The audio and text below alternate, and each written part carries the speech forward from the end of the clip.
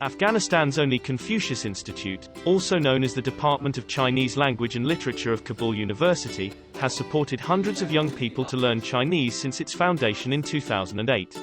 Hamid Ghulam, director of the department, said the number of Chinese language learners has been on the rise in the past few years.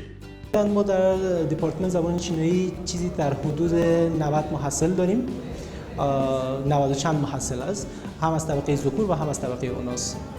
خب زبان چینی چرا که تازه در افغانستان جا افتاده و هر روز بهتر شده است. ما فعلا در پانتون لنگرهار هم تونستیم که یک شعبه از انستیتوت کنفیوشس رو در اونجا افتتاح کنیم و خوشبختانه علاقمند بسیار زیاد است.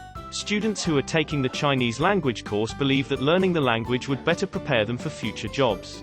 They also hope to serve as cultural ambassadors between the two countries. خاطر از اینکه یک پل ارتباطی خصوصا در قسمت تجارت و کار همراه کشور چین باشه، رشته را انتخاب کردم زبان چینی را.